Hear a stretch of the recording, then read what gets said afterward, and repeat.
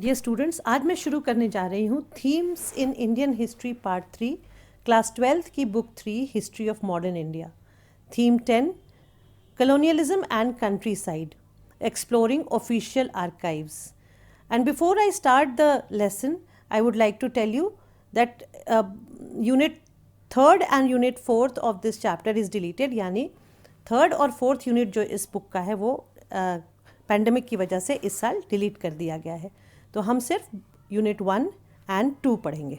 सबसे पहले टॉपिक को समझते हैं। कलोनियलिज्म एंड कंट्री साइड का मतलब है colonialism that is British control over rural और विलेजेस ऑफ इंडिया, और यानी कंट्री साइड, जिसमें 3 मेजर पार्ट है। पहला है village of Bengal that is zamindars and wetlands of Bengal. ये 2 पार्ट में बंगाल पढ़ेंगे। सेकंड है ड्रायर जोन, और इसमें Rajmahal hills which is now in Santhal Pargana of Jharkhand. Third again as I said is deleted, that is Bombay Deccan.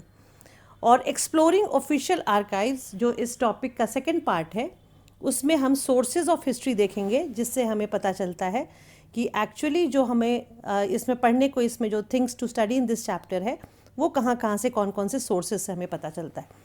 इसमें सबसे पहला है ब्रिटिश ऑफिशियल डॉक्यूमेंट्स, सेकंड है ब्रिटिश गवर्नमेंट रिपोर्ट, थर्ड है पार्लियामेंट रिपोर्ट एक्सेट्रा, फोर्थ है ब्रिटिश रेवेन्यू रिकॉर्ड्स, फिफ्थ है surveys of the Britishers, sixth है उनके journals, seventh surveyor's and travellers account, जिसमें हम फ्रांसिस बुकनन के बारे में डिटेल में पढ़ेंगे, और लास्ट है इंक्वायरी ऑफ कमीशन रिपोर्ट। इसके साथ साथ जो पिटिशंस थे, जो सफ़रर्स थे, जो इंडियंस थे, जो किसान थे, फार्मर्स थे, इन लोगों के भी पिटिशंस के बारे में हम जानेंगे। अब इससे आगे बढ़ते हुए पहले देखते हैं कि कौन कौन से मेजर टॉपिक्स को हमको एक्सप्लोर करना है या पढ़ना है, that is things to study in this chapter. सबसे पहला है meaning of colonial rule for people of Indian villages, that is rural India. Second है ज़मींदार ऑफ बंगाल, थर्ड है Paharias and Santhal of Rajmahal hills. और इसके बाद के जितने भी सब टॉपिक्स या सेगमेंट्स हैं वो again as I told you they all are deleted from the chapter this year. The first segment is Bengal and their zamindars. Here it is important to understand that colonial rule was first established in Bengal. सबसे पहले British rule जो था, colonial rule, वो बंगाल में establish हुआ था। और British rule ने जब अपने आप को इस्टेब्लिश किया था तो इसमें बंगाल, रूरल बंगाल में इन्होंने 3 चीज़ों को अप्लाई किया था। पहला, they wanted to reorder the rural society, पूरे सोसाइटी को, पूरी जो विलेज जो सिस्टम था, जो गांव की जो प्रथा थी, उन सबको चेंज करना। दूसरा, new regime of land rights, नए तरीके से इन्होंने लैंड को एक्वायर करना शुरू किया, उसके ऊपर अपना अधिकार जमाना शुरू किया। और तीसरा था, इन दोनों चीज़ों को करने के लिए उन्होंने नया लैंड रेवेन्यू सिस्टम इस्टेब्लिश किया, और इस सिस्टम को कहा गया परमानेंट सेटलमेंट। ये permanent settlement was under lord Charles Cornwallis, who was the governor general then, and this happened in 1793. 1793 में permanent settlement was implemented in Bengal, as I said. और इसका मतलब क्या था परमानेंट सेटलमेंट का? इसके 2 मीनिंग्स आप देखिए यहाँ पे। पहला था कि East India Company fixed revenue of land paid by zamindar जो भी लैंड रेवेन्यू पे करते थे, जो they were force to pay the land revenue to the colonial masters और द ब्रिटिशर्स और द ईस्ट इंडिया कंपनी, इसको ब्रिटिशर्स ने fix कर दिया, ईस्ट इंडिया कंपनी ने फिक्स कर दिया। 1 साल के लिए एक बड़ा अमाउंट, एक बहुत बड़ा सम जो था वो फिक्स कर दिया कि इतना आपको लैंड से देना ही है, इतना पैसा। और सेकंड, ये ऑर्डर लगा दिया कि if they fail to pay the land was auction to recover the revenue. अगर नहीं, एक पर्टिकुलर डेट और एक पर्टिकुलर टाइम तक अगर ज़मींदार्स नहीं पे कर पाते थे उस रेवेन्यू को, तो उनके लैंड को नीलाम कर दिया जाता था या ऑक्शन कर दिया जाता था। अब यहाँ एग्जाम्पल देखते हैं बर्दवान के राजा, जो वहाँ के ज़मींदार थे उनको राजा कहा जाता था। Burdwan is a place in Bengal. 1797 में उनके लैंड को ऑक्शन करते हुए देखा गया, that is for the same reason, permanent settlement के तहत, क्योंकि वो अपने लैंड के रेवेन्यू को पे नहीं कर पाए, इसलिए उसको लैंड ऑक्शन कर दिया गया उनका। यहाँ पे हम दो चीज़ें डिस्कस करेंगे. We shall discuss back question NCERT. दो क्वेश्चन यहाँ पे, question number 2 and question number 6. Question 2 is about how zamindars retain their zamindari. जब ये ऑक्शन होता था लैंड का, तो ज़मींदार अपनी ज़मीनों को बचाते कहते थे कैसे थे उस ऑक्शन से.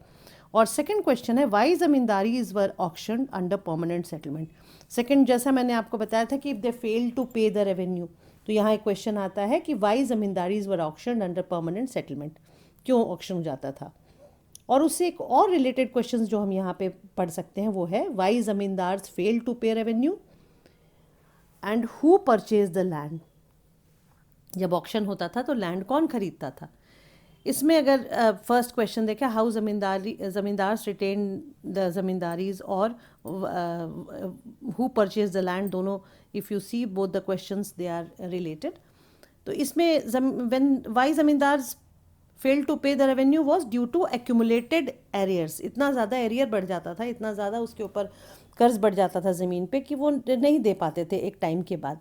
और ख़रीदने वाले कौन होते थे, उन्हीं के एजेंट्स, उन्हीं के सर्वेंट्स, और उन्हीं के बिहाफ पे ख़रीदते थे. और 95% जो बिक्री थी या जो सेल था वो फिक्टिशियस था. इस वजह से the zamindars were able to retain their zamindaris. अब यहाँ देखते हैं कि ये permanent settlement East India Company ने इंट्रोड्यूस ही क्यों किया. There were 3 reasons here. पहला था कि Britishers faced problems due to famines, declining agriculture production and leading to which led to economic crisis in rural India. 3 चीज़ें हुई. पहला तो उसी समय जब इन्होंने स्टार्ट किया था ये सिस्टम, लैंड सिस्टम, उसी समय फेमिन्स का सामना यानी अकाल का सामना करना पड़ा, जिस वजह से एग्रीकल्चरल प्रोडक्शन था जो वो बहुत कम होता गया. उस साल फसल कम हुई और उसके बाद इन दोनों चीज़ों की वजह से इकोनॉमिक क्राइसिस फेस करना पड़ा रूरल इंडिया में, यानी विलेजेस, बंगाल के विलेजेस में. सेकंड क्या था, why permanent settlement was introduce. The Britishers wanted to encourage investment in agriculture and they wanted to develop agriculture, trade and revenue system. Bengal की ज़मीन इतनी ज़्यादा फर्टाइल थी कि उसको ब्रिटिशर्स अपने नज़रिए से देखते थे कि ये बहुत बड़ा एक इन्वेस्टमेंट का ग्राउंड है. यहाँ पे ज़्यादा से ज़्यादा फसल उगा के उसको सेल किया जा सकता है, ट्रेड किया जा सकता है उसका, और उन चीज़ों से रेवेन्यू जितना हो सके उसको एक्सट्रैक्ट किया जा सकता है. तो ये भी एक रीज़न था उनका कि परमानेंट सेटलमेंट के थ्रू उस ज़मीन को जितना हो सके वो एक्सप्लॉइट कर सकते थे. और थर्ड रीज़न जो था why permanent settlement was introduced was Britishers wanted to secure property right. They wanted to fix permanently the revenue demand. अपने मलिकाना हक को, अपने डोमिनेंस को दिखाने के लिए वो चाहते थे कि जो उनकी प्रॉपर्टी राइट है, उस ज़मीन पे जो उनका हक है, उसको वो परमानेंट, उसको सिक्योर कर ले और परमानेंटली एक ऐसा रेवेन्यू सिस्टम शुरू कर दे जिससे रेगुलर उनको इनकम मिलता रहे और काफ़ी बड़े अमाउंट में वो इनकम मिलता रहे. और ये इसी वजह से they wanted continuous flow of revenue and जो सरप्लस बचता था, क्योंकि वो फिक्स कर देते थे परमानेंट सेटलमेंट में जो रेवेन्यू था कि एक साल में आपको इतना ही देना है, एक पर्टिकुलर अमाउंट देना है, तो उसके अलावा जितना भी सरप्लस था वो ज़मींदारों के पास रह जाता था एज इट वाज बिलीव्ड. उसका भी हम ड्रॉबैक देखेंगे आगे. And then zamindar would invest money to improve agriculture और द एग्रीकल्चर. ये मानते थे जो ब्रिटिशर्स थे कि जो पैसा ज़मींदार के पास एक्स्ट्रा आएगा उससे ज़मींदार उसको री इन्वेस्ट करके और एग्रीकल्चर को बढ़ाने में काम आएगा. और ये सारा प्रोसेस जो था वो ईस्ट इंडिया कंपनी की तरफ ज़मींदारों की लॉयल्टी को भी दिखाता था. अब एक क्वेश्चन आता है यहाँ पे, एक और पॉइंट आता है, who were selected for revenue responsibility bye the East India company. अभी जितना भी सिस्टम था इसमें जो रेवेन्यू एक्सट्रैक्शन था या रेवेन्यू को जो लिया जाता था, जो कलेक्ट किया जाता था, वो कौन करता था. तो उसमें फिर वही है कि East India Company, because they became the political master of that region and economic master of the financial master of the region, तो उन्होंने राजा, जो ज़मींदार थे, जो मालिक थे उस ज़मीन के, उन्हीं को उन्होंने रेवेन्यू कलेक्टर बना दिया था. और अब वो लैंड ओनर की जगह सिर्फ एक रिप्रेजेंटेटिव रह गए थे ईस्ट इंडिया कंपनी के, जो रेवेन्यू कलेक्टर के रूप में थे. और सेकंड जो थे कलेक्ट करते थे वो थे तालुकदार, जो ज़मींदार के अंडर में डिफरेंट तालुकाज में या डिफरेंट ब्लॉक्स में, डिफरेंट डिस्ट्रिक्ट में रहते थे, जो उस पूरे रीजन में. जहाँ से लेवी किया जाता था या कलेक्ट किया जाता था टैक्स, उसको रेवेन्यू एस्टेट कहा जाता था. यहाँ 1 मार्क क्वेश्चन भी आ सकता है, जिसमें number of villages that was not less than 400 villages was under 1 zamindar. Which was made by company as revenue estate.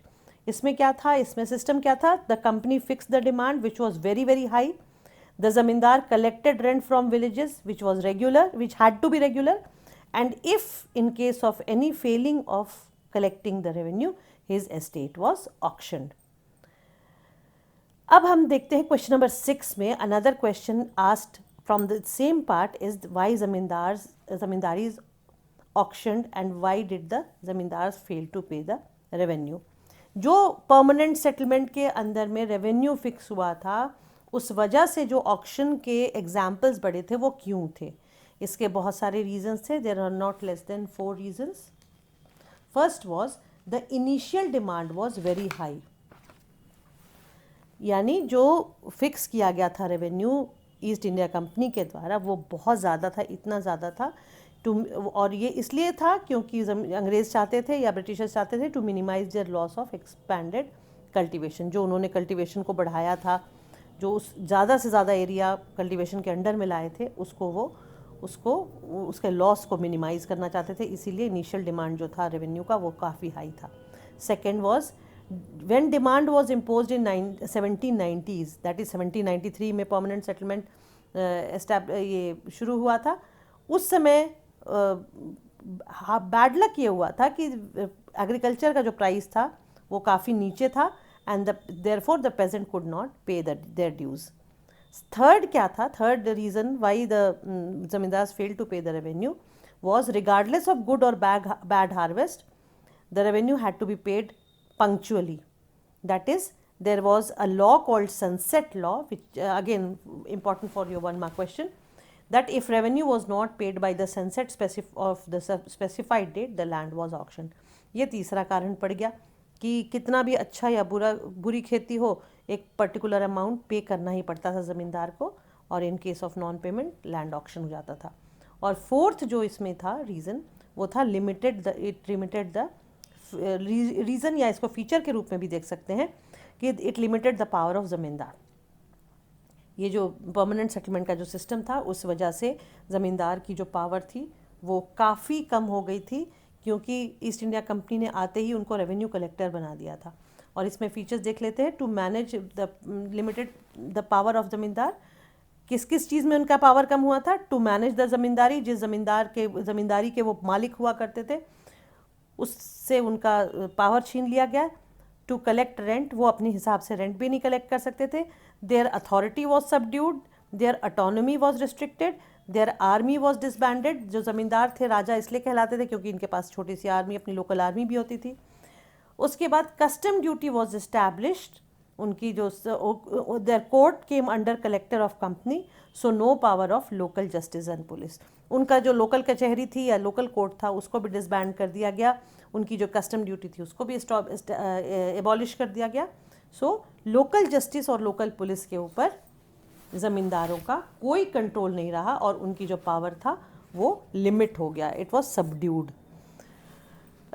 Then as a result what happened,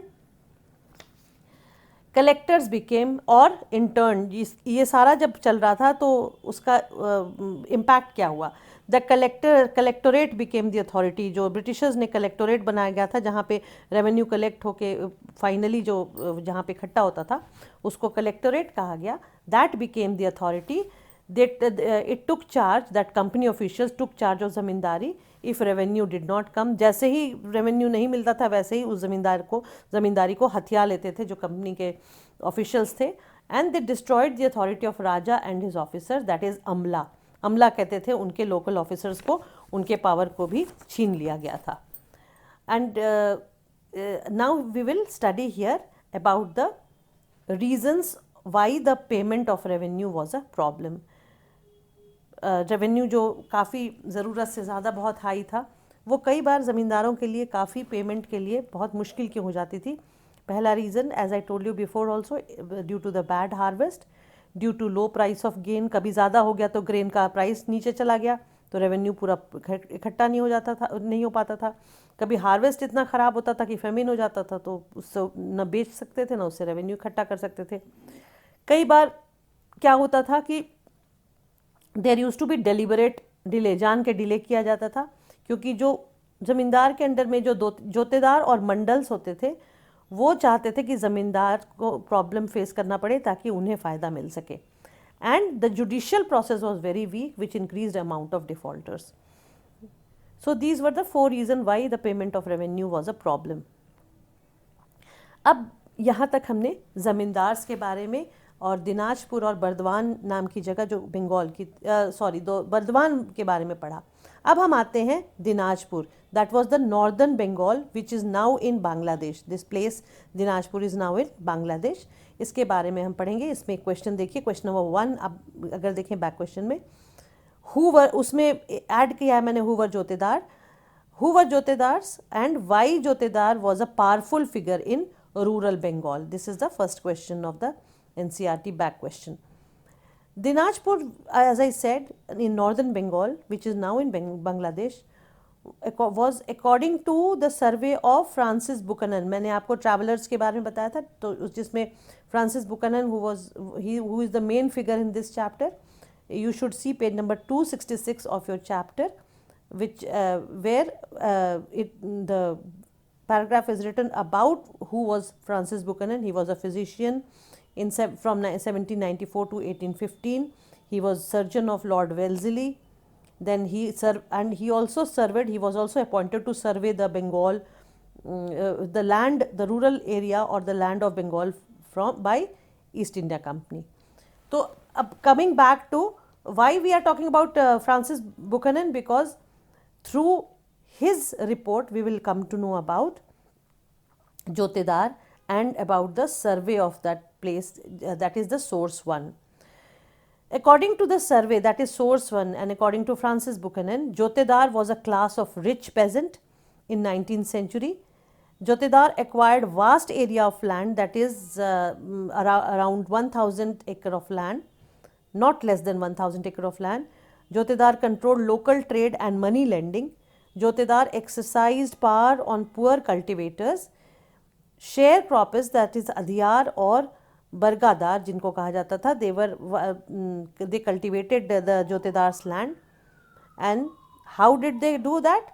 Sharecroppers brought out plough, labored in field and gave half produce to the Jotedar.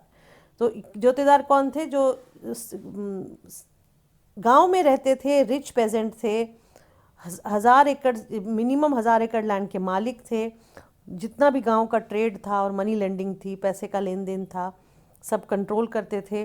Poor जो cultivators थे, जो उनके ज़मीनों पे काम करते थे, उसके ऊपर पावर एक्सरसाइज करते थे, उनको कंट्रोल में रखते थे.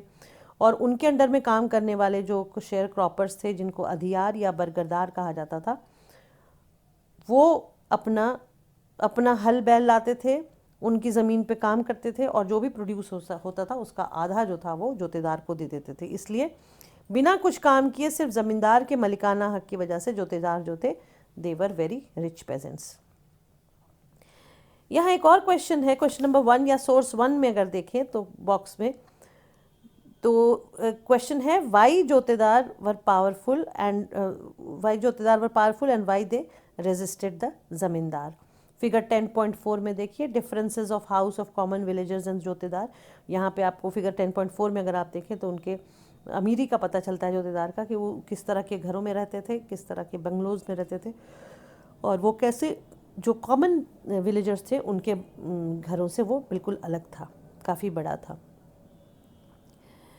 वाई जोतेदार्स वर पावरफुल, इसके रीजंस देखते हैं. अनलाइक द ज़मींदार, जोतेदार वर लोकेटेड इन विलेजेस. ज़मींदार से ज़्यादा वो क्यों पावरफुल बन गए थे धीरे धीरे? क्योंकि वो लोकल विलेजेस में ही हमेशा रहते थे, जबकि ज़मींदार जो थे वो शहरों में उन्होंने अपने हवेलियाँ बनाई हुई थी और वहाँ जाके रहते थे. Then they resisted the effort of zamindar to increase revenue. जो भी जिसको जमा कहा जाता था, वो जब ज़मींदार कोशिश करते थे कि इंक्रीज़ कर दे रेवेन्यू, तो जोतेदार उनको भड़का देते थे, किसानों को अपनी तरफ कर लेते थे और रेजिस्ट करते थे, मना करते थे. They prevented zamindars official to do the duty. जो भी रेवेन्यू कलेक्शन की ड्यूटी थी, जो अमलाज जो थे ज़मींदार के ऑफिशियल्स वो करते थे, उसको भी उसमें भी रोड़े अटकाते थे, उसमें भी डिस्टर्ब करते थे जोतेदार. देन जोतेदार जो थे, दे मोबिलाइज डिपेंडेंट रैयत्स. पेज 260 पे अगर आप देखें तो, अगेंस्ट ज़मींदार्स. क्योंकि वो पावरफुल थे, day to day money lending करते थे पुअर रैयत पे या पुअर पेजेंट्स पे, तो वो ज़मींदार के खिलाफ उनको इकट्ठा कर लेते थे. Then the jotedar delayed payment of revenue. Then many times they bought auction zamindari. कई बार जो जब ज़मींदारी ऑक्शन हो रही होती थी तो जोतेदार जाके खरीद के उसके भी मालिक बन जाते थे. And this figure, that is the figure of jotedar, was most powerful in northern Bengal, that is Dinajpur area. In other parts, headmen and rich peasants were emerging as powerful figure. Northern Bengal के अलावा जो बाकी एरिया था वहाँ पे कुछ डिफरेंट फिगर्स जैसे headman village के या अमीर जो किसान थे वो एमर्ज हो रहे थे as powerful figure during that time, that is 1790s में. ठीक है. Then there is another question. In spite of jotedar being powerful, authority of जमींदार in rural area did not collapse. और हाउ जमींदार रेजिस्टेड जोतेदार. अभी तक हमने देखा कि जोतेदार किस तरह से जमींदार को परेशान करते थे. अब हम देखेंगे क्वेश्चन में कि किस तरह से जमींदार इतना परेशान होते हुए भी अपने स्टेटस को बचा के रखते थे या इक्वली पावरफुल रहते थे और जोतेदार को अपने ऊपर हावी नहीं होने देते थे. इसके रीजंस हैं. There are not less than 4 reasons here. सबसे पहले 1793 से 1801 के बीच का जो पीरियड था उसमें जमींदार found new ways of survival. सबसे पहला जो हमने पहले डिस्कस किया था फिक्टिशियस सेल.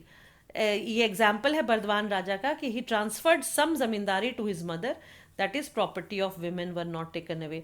क्या करते थे, कुछ तो फिक्टिशियस सेल भी दिखाते थे और कुछ क्या था कि ज़मीनें जो थी वो विमेन के नाम पे अगर होती थी तो उसमें उसको ऑक्शन नहीं, वो उस समय का सिस्टम था कि उसको ऑक्शन नहीं किया जा सकता.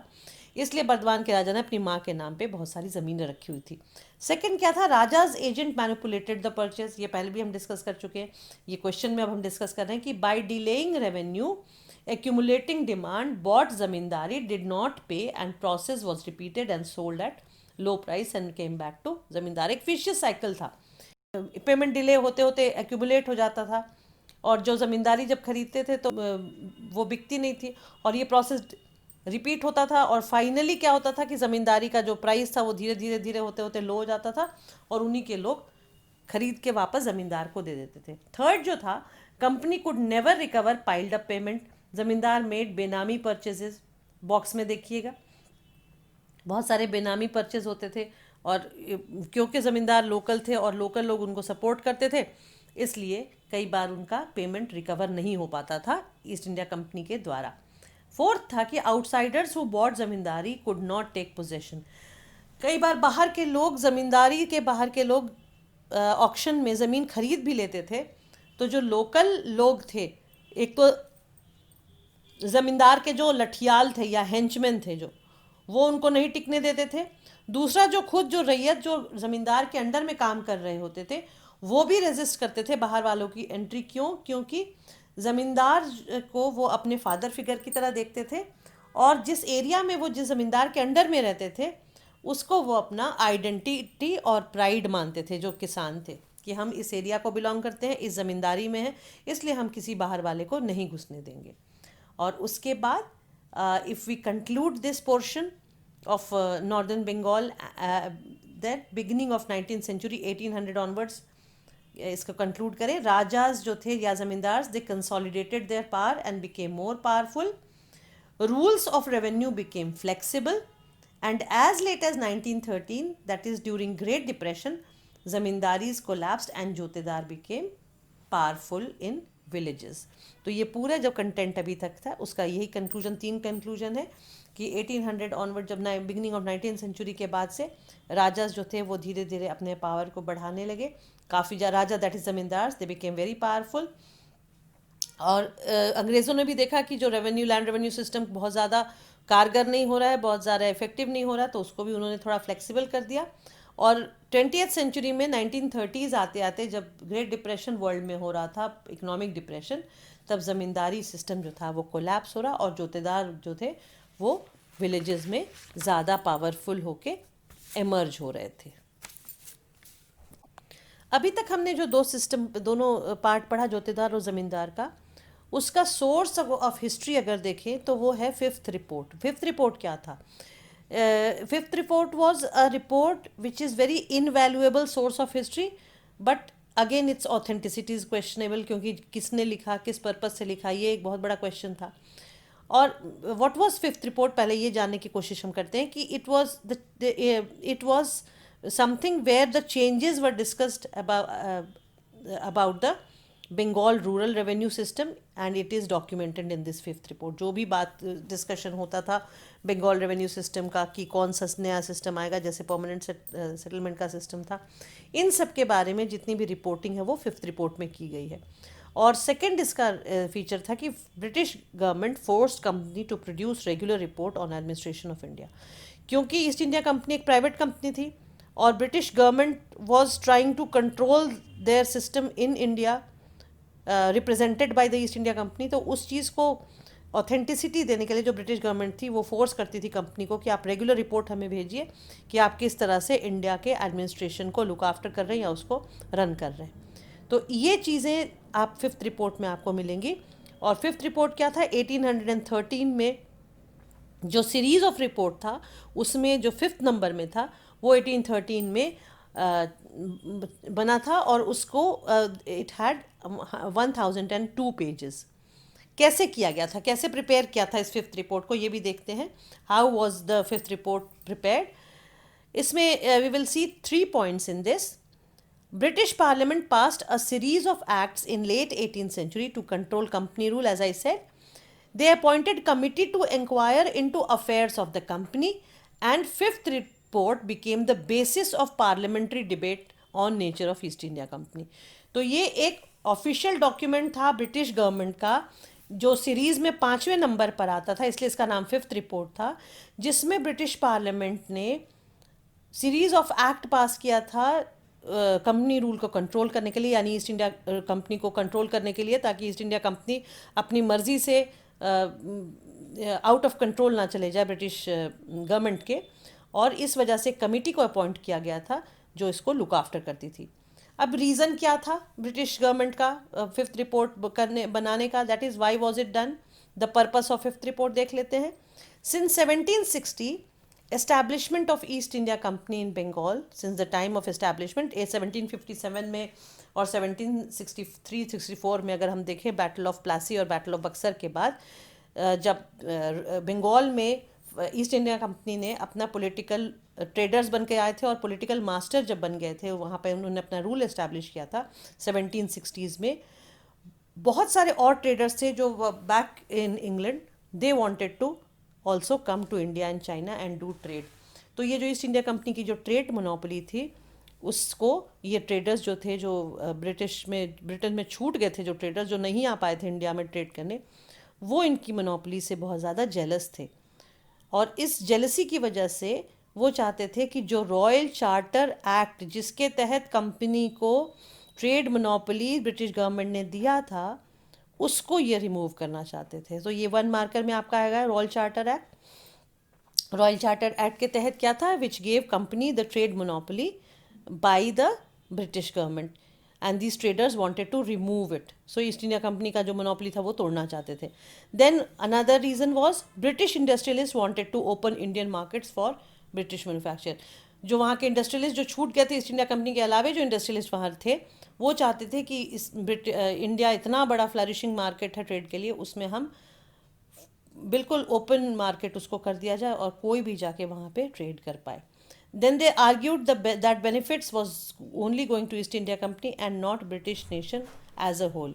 ये भी एक इशू इन्होंने ये उठाया था कि ईस्ट इंडिया कंपनी जो भी ट्रेड कर रहा है वो चुपचाप अपने पास उसका सारा प्रॉफिट रख रहा है, ब्रिटिश गवर्नमेंट को कुछ खास नहीं रिटर्न दे रहा है। तो ये भी एक जेलसी की वजह से ये भी एक पॉइंट इन्होंने उठाया था, जो इंडस्ट्रियलिस्ट ब्रिटेन में थे जो इंडिया नहीं जाके ट्रेड कर पाए थे। So the company's greed, misrule, maladministration was debated and published in England. So इस फिफ्थ रिपोर्ट में जो कंपनी का, ईस्ट इंडिया कंपनी का जो लालचीपना था, जो ग्रीड था, जो उनका अनाप शनाप मिसरूल था, जो इंडिया में उन्होंने पूरी एक्सप्लॉयटेशन बना के तबाही मचा के रखी हुई थी, उल्टा सीधा तरीके से जो एडमिनिस्ट्रेशन करते थे, वो एक डिबेट का इशू बन गया था ब्रिटिश पार्लियामेंट में। Finally we look into the contradiction of fifth report. उसके लिए if you refer to source 2 that is from fifth report the referring to the condition of zamindar and auction of land.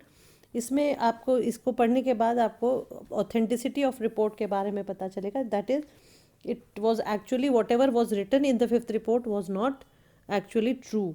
कैसे? It shaped our concept of, सबसे पहले fifth report जिस तरह से लिखा गया उसने रूरल बंगाल का जो हमारे लिए जो आइडिया था वो लेट 18th सेंचुरी का, वो उसने कॉन्सेप्ट को बनाया।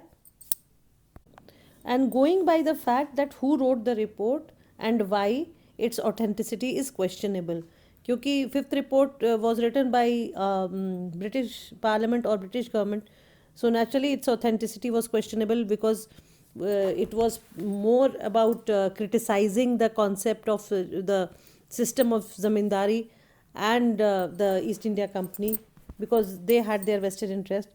So fifth report exaggerated collapse of zamindari power, but actually the zamindari power remained in India till 1930s. It also overestimated the loss of the land and the indigenous methods, whereas the indigenous method saved the zamindars from becoming landless. तो fifth report का एक part जो है वो contradiction से भरा हुआ है, that is questioning its authenticity. Dear students, अगर मेरा वीडियो पसंद आया हो तो इसे अपने फ्रेंड्स के साथ शेयर करें, लाइक करें और चैनल सब्सक्राइब करें। Thank you.